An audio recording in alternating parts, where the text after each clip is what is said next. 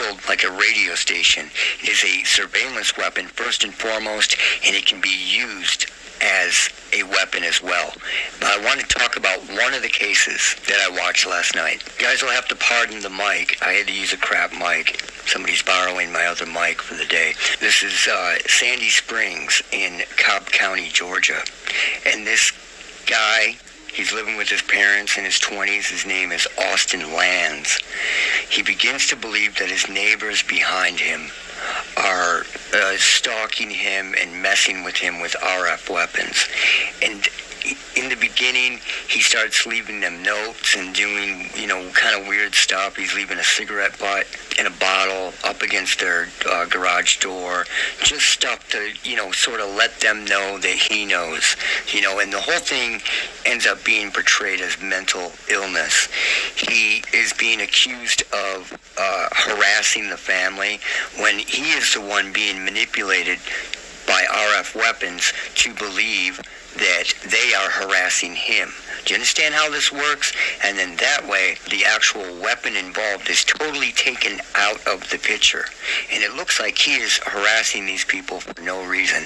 It starts off totally harmless. Then he ends up breaking into these homes seemingly for no reason. You can do your own research on this case later. But afterwards, he walks into another neighbor's house, just walks in the middle of the day and hides upstairs. The police come, and he doesn't want to come down. After like 5 or 10 minutes, they talk him down. When he gets to the bottom of the steps, he ends up stabbing the police officer. He's charged for it. He gets let out on bond.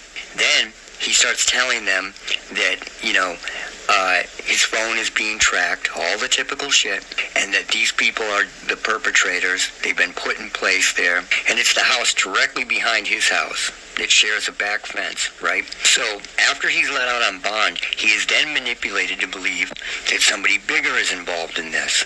So he travels to the Pentagon, where he ends up stabbing a Pentagon cop and then shooting him with his own gun. Then he shoots himself.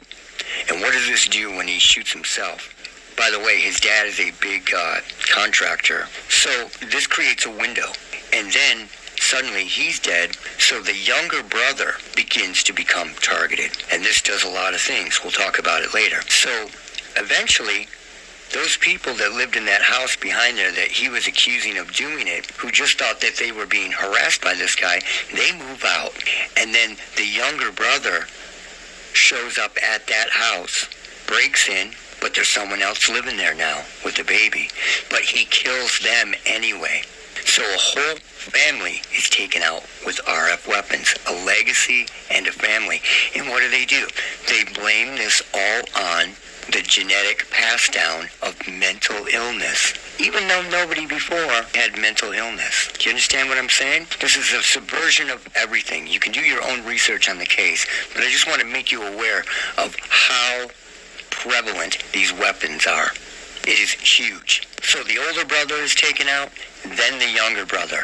I want to go through an overview of this case, and then you can do your own research on it. The timeline goes like this. Austin Land